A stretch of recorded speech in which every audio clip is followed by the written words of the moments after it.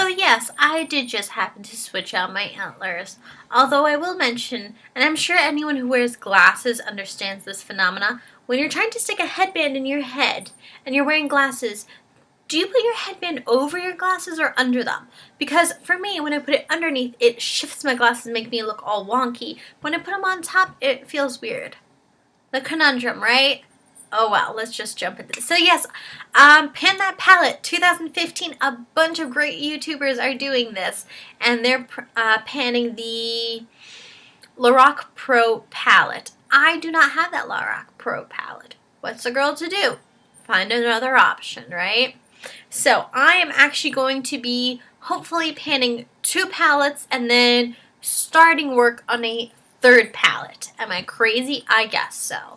Am I driven? Yes. So, jumping right in. These are what I would call kind of more medium-sized palettes. They're not huge. They're colors that I can really logically see myself using every day because I already use these shades every single day. And my bells agree with me, and I'm really enjoying this headband. I think I'm really going to enjoy Easter Bunny ears too.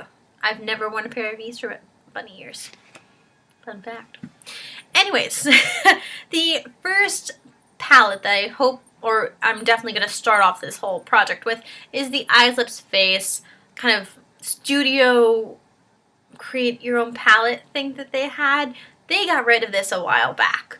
I bought a bunch of these thinking, oh my gosh, they're great. And then I realized, oh my gosh, I don't use any of these colors. And then I was left with one. It's a mirror on this side, and the actual palette here, you can pop it out and transport it. So that's what that looks like. Hopefully I didn't blind you guys completely. Can you see me? Can you see me? Good. How many fingers am I holding up? Okay. If anyone actually responds to that and writes that in the comment section, I will thumbs up that. This is the actual palette. The 2 lipstick shades right here. They're awful. I don't like them. They're very goopy, very thick, very dry, and the colors are awful.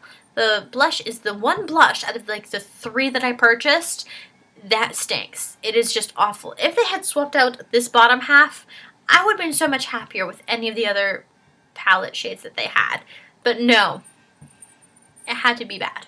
So for Pan That Palette, I am just using this top portion. They've got some really wearable colors. It's some really like neutrals. Little darker ones, like here we've got some shimmer, we've got some glittery ones, we also have some matte and some satins. So this is going to be a great way to kind of just kickstart that whole thing off, give myself a bunch of options, and hopefully even force myself to branch out a little bit more than what I'm really used to with my standardized neutral, like one-tone colors.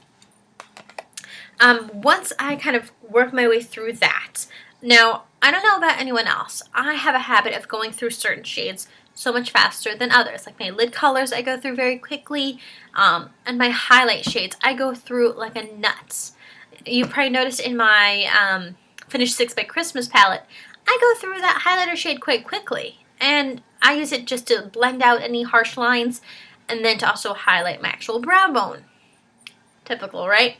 So I do have 2 kind of in between shades, that's just so I don't have too many palettes crowding my makeup space, just to kind of utilize these 2 between them.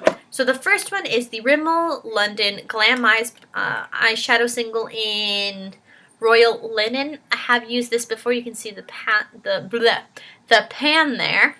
It's just a nice kind of satiny with a hint of shimmer color. Very pretty. I like it.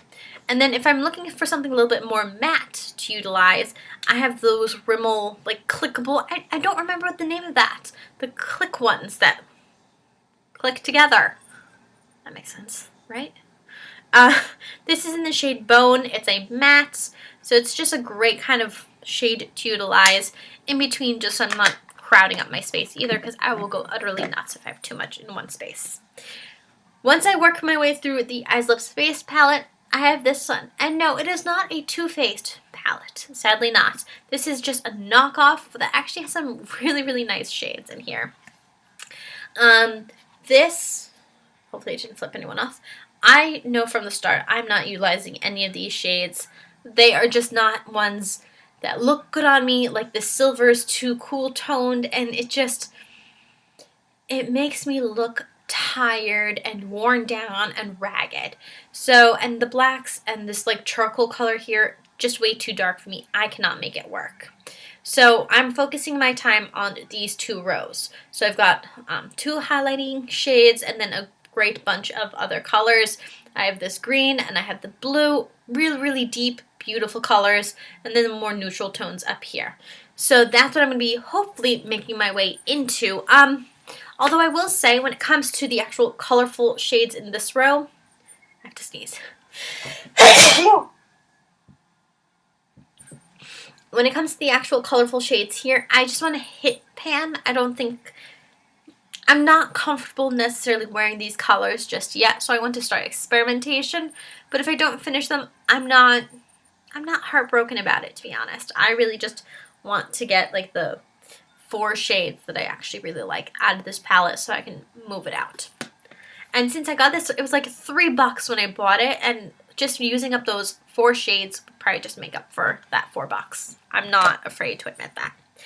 And then lastly, if I manage to somehow get through those 2 palettes this year, magically, I have a final palette to work my way through. This is from Love and Beauty. It's the Forever 21 company's their regular line before they started all this fancy schmancy makeup stuff.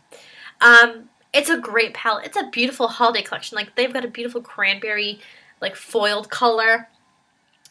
They've got some other foils. They've got a shimmer, 2 darker mattes, and then like some pinky rose goldy shades here. So that's what I want to start working into once I finish those 2. No way am I going to finish any of these shades. Highly going to doubt that I'll even hit pan on them, but I think it would be just great to start incorporating them towards holiday season.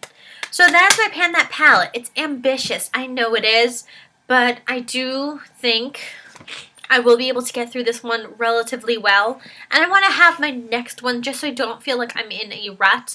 So just keep that momentum going with it. So if you're doing the Pan That palette challenge, please link yourself in the comments section. And if you're doing your own version of it, let me know which ones you're planning on panning and how you think they're going to measure up. So have a great holiday, and I'll see you guys in my next video. Bye.